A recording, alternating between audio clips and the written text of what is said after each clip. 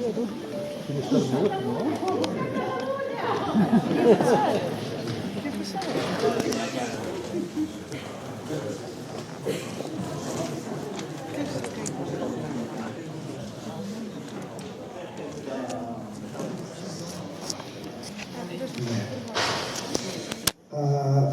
que el que ara us diré, que és una mica revolucionari, només faci aquest soroll, que no hi hagi coses més grosses a fora. No és que jo sigui especialment revolucionari, però és que anem trobant unes coses que, encara que siguis tímid, al final et diuen salvatge. Llavors, com veieu, aquí jo el que us estic dient és que els Estats Units són un dels ingredients fonamentals de la difusió, de la creació, no dic de la creació, però sí de la difusió del Quixot des de la impressió del 1600 i pico. Dieu, és que els Estats Units no existien. Ara intentaré explicar-me.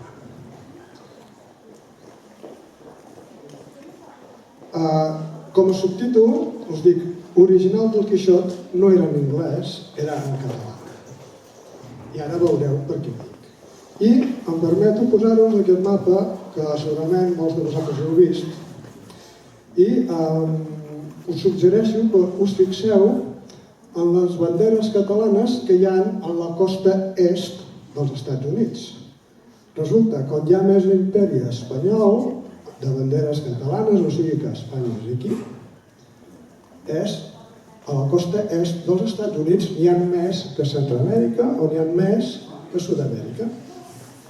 És que les anaven distribuint així de qualsevol manera i sense fixar-se, sense comptar si tenia 3 o 4 o 5 barres. Jo crec que un cartògraf reial que feia els mapes dels exèrcits i que tenien els reis en els seus despatxos era una persona seriosa i que sabia el que feia. O sigui, no veurem una bandera de la Xina fora dels Estats Units. En principi, no. Si algú fa això és que s'ha equivocat, o és que els Estats Units són de la Xina. Encara no passa, però ja no sabem el futur. Llavors, jo us dic, exacte, que us fixeu en els mapes aquests, i us presento una de les primeres edicions del 1600 en anglès del Quixot. I diu Don Quixot. Sí.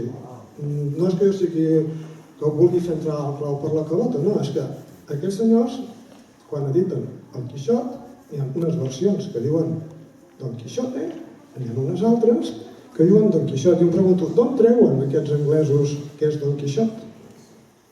És que en trobem unes altres, ja m'explicareu com pot ser, que diuen Sancho Panxa. El que passa és que no vaig poder captar la imatge, però en fi, no tinc cap problema d'ensenyar-vos-ho.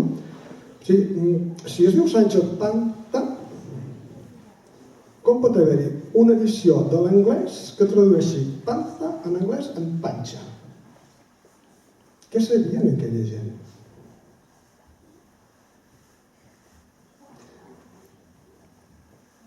Segons l'historiador francès Roger de Marvel, Anglaterra té una obsessió primerenca pel Quixot. I llavors ens acaba dient que és un llibre que no sembla espanyol, castellà, per moltes raons. S'arriba a tal extrem. Sí, tot això jo he de reconèixer que m'hi vaig ficar seguint el que deia en Jordi Bilbent, i en Bilbent deia que es va escriure en català i que molts estudiosos de les edicions angleses veuen coses molt estranyes. Arran del darrer simposi de l'any passat, hi havia un senyor que es deia Rafael Montpó, que és de Guardamar, va sortir el tema en un sopar que vam fer, i la setmana següent va haver-hi com un corrent de gent que sí, jo he sentit parlar d'això, d'aquestes edicions angleses, que diuen panxa, tot això, i jo m'hi vaig quedar atrapat a la tranyina. I vaig anar estirant de fils i vaig portar unes sorpreses impensades, impensables, que encara tremol d'explicar-les, en la que em sembla que vaig aclarir algun dels dubtes que teníem. Llavors, el problema és que hi ha diverses... O sigui, els anglesos són els que llegeixen durant el 1600 i 1700 el Quixot. A Espanya, els castellans l'odien i l'ignoren i volen que es perdi. I quan es recupera a Espanya és perquè l'ambaixada anglesa a Espanya fa una reedició perquè els espanyols sàpiguen que hi ha un llibre, està ignorat, que és fabulós, que és el Quixot. I el castellanisme no fa símbol fins a finals del segle XIX.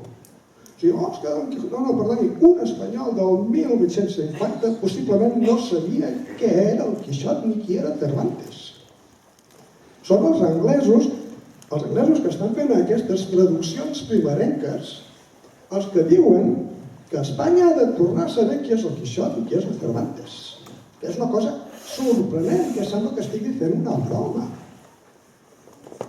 Llavors aquí us estic, si vosaltres aneu llegint aquí, veureu que hi ha una traducció del Shotton del 1612, quan la primera oficial espanyola és del 1605, i després veurem que això és molt important.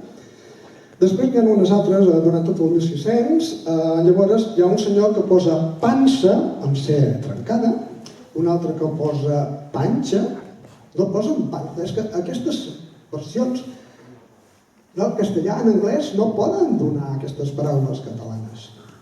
És impossible. No hi ha cap raó, sinó que aquells senyors anaven amb uns fulls que estaven en català i que deien uns noms en català. Que no, jo no he trobat d'altres, m'agradaria que algú me'ls expliqués. I anem passant una miqueta perquè el bosc va tocar que va bé. Llavors, en els anys 20, el 1920-30, apareix un llibre a Anglaterra que amb aquests precedents diu: el Quixot es va escriure en anglès, l'original és anglès, i el vam regalar a Espanya. Si nosaltres haguéssim volgut, el Quixot seria un original anglès. I en aquest llibre, no sé, aquí, qui va escriure Don Quixot dona uns 70 o 80 arguments de per què el Quixot és un llibre anglès. Però són quasi bé els mateixos arguments que aquí, i des de Jordi Bellveny i els que jo uso i tot això, diguem que són catalans. Diguem que en aquella època aquests anglesos potser no sabien ni que existia Catalunya, que hi havia un problema de censura reial, però molts d'aquests arguments ens serveixen a nosaltres. Què passa en l'època en què s'edita el 1605-6, en què s'edita el Quixot a Madrid? Els anglesos funden Jamestown, a Virgínia, el 1606. És l'establiment dels anglesos al que serà els Estats Units. Aquest senyor és un dels virreis de Virgínia. Aquí tenim una medalla commemorativa del centenari que te diu Jamestown 1607-2007.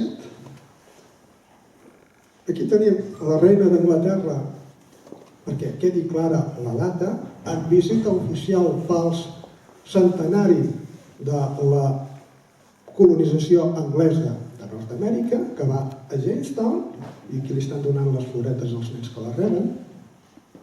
Això ho podeu consultar al YouTube, es veu perfectament. I va la reina d'Anglaterra. Va dir, sí, ara, avui és el centenari, és el tricentenari de que els anglesos vam arribar a Nord-Amèrica. I diu, i què m'estan parlant? Molt bé, ara veureu. Aquest senyor, esclar, estem en el 1606, any en què apareix el Quixot. I els anglesos publiquen la seva primera traducció, que és la primera del món, el 12.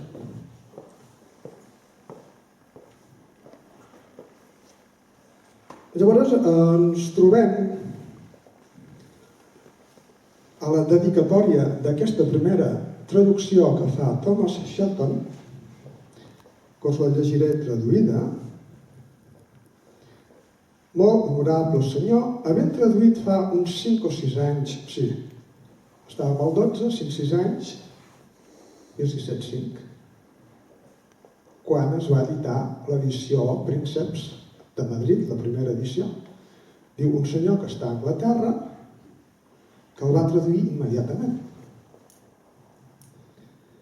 La història de Don Quixot de la llengua espanyola, dic jo, catalana, a l'anglès, en l'espai de 40 dies, molt ràpid, està en so més que mig forçat per la insistència d'un molt estimat amic que estava desitjós d'entendre el tema, o sigui, volíem entendre què deia el Quixot, perquè el Quixot diu moltes coses subterrànies.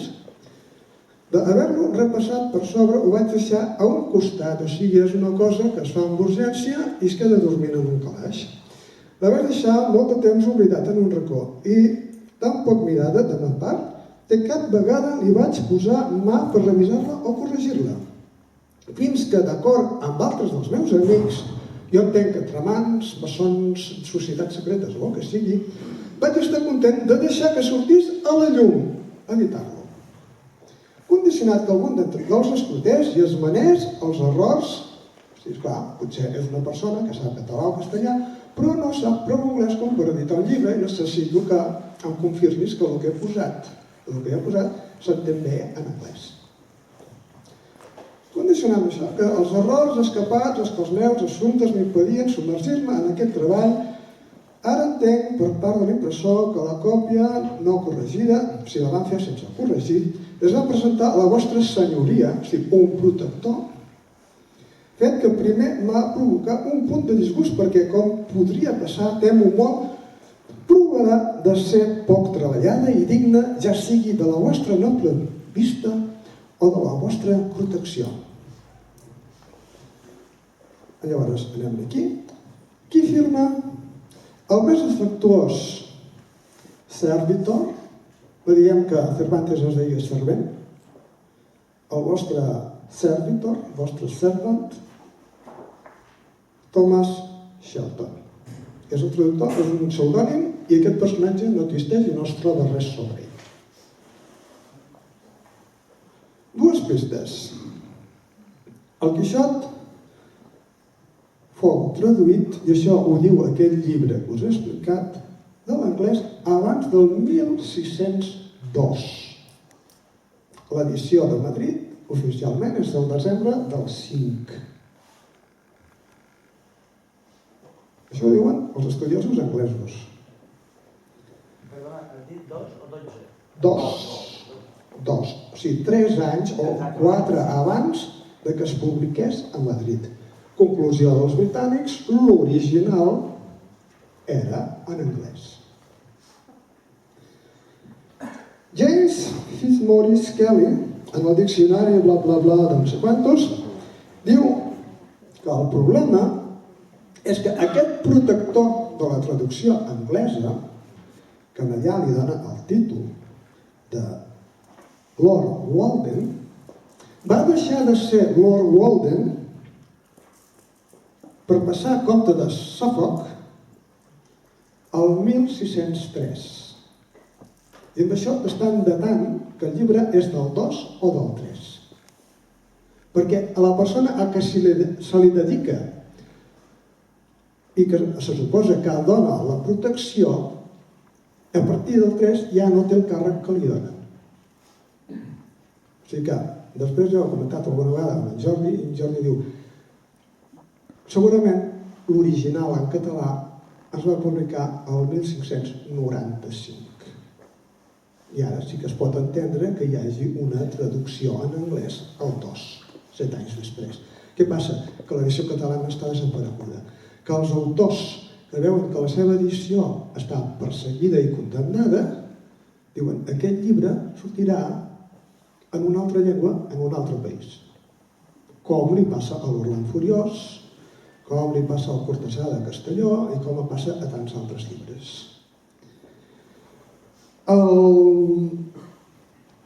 La traducció aquesta del 12 està registrada, el permís de traducció, al 611. I llavors et comencen a explicar que, esclar, 611 i 5 anys que porta dormint el llibre, fan uns càlculs i diuen: quan va sortir a Madrid el Quixot, al cap d'un mes ja havia d'estar traduït a Anglaterra, quan ja només el viatge era més de 15 dies. O sigui, és pràcticament impossible i a més no s'entén que tinguessin tanta pressa d'una obra que era nova, d'un autor que era mediocre, que bla bla bla. Hi ha alguna cosa que falla estrepitosament. Quina és la connexió que jo us he explicat americana? Aquest conte de Suffolk, o aquest senyor de Walden, és el segon virrei de Virgínia. I ara aquí entra la complicació, també són teories que hem de veure i escoltar d'en Jardí Bilbent, de que la costa est dels Estats Units, aquella que tenia tantes banderes catalanes, era la part principal de l'imperi espanyol a Amèrica, que es va sublevar sota els principis republicans parlamentaris catalans. D'aquí ve el federalisme, la igualtat, la llibertat de cultes, totes aquestes coses. I què passa? Que aquesta gent necessiten suport, perquè si no vindran els súbdits del rei d'Espanya i els trinxaran. Què han de fer? Això ja és una conjectura, però és que ve automàticament, quasi com la llei de la gravetat. Han de buscar un aliat fort que sigui un gran enemic del rei d'Espanya. Doncs van venir els anglesos. I entre les condicions, o ja que hi són, escolti, miri això tan interessant que hi ha, en el virrei que tenen allà, que a l'any 9, diuen, escolti, aquí tenim notícies d'aquest llibre, tenim aquest llibre que està perseguit, que té tantes coses amagades en trama, que ens fa tant riure, que queda tan en ridícul la monarquia espanyola, hauríem de fer alguna cosa perquè funcionés. Per això aquest senyor, quan s'encarrega al cap de poc temps de fer aparèixer un Quixot en anglès, i els anglesos atribueixen l'autoria del Quixot anglès a Shakespeare. Perquè Shakespeare té una continuació de la història de Cardenio que s'havia considerat perduda durant molt de temps i ara diuen que ha aparegut des del 2007. O sigui que diuen que hi ha una connexió d'autoria. I també ens expliquen... Jo us proposo que ompliu un auditori i que... Total, dir-vos que a la cort anglesa, això és que diu aquí el challenge aquest, també sobre el 1606, documents interns de la cort ja estan parlant del desafiament del Quixot i que diuen que aquest llibre s'ha de distribuir i s'ha de fer entendre a tot el món i en totes les llengües, perquè és una bomba contra la monarquia espanyola i demano al Big Boss que em perdoni, que tots els que veniu darrere també us demano disculpes i bueno, doncs no tinc problema per continuar-vos explicant, però és que ni retallant-me no hi ha manera que els 10 minuts se'n queden petits, ho sento molt.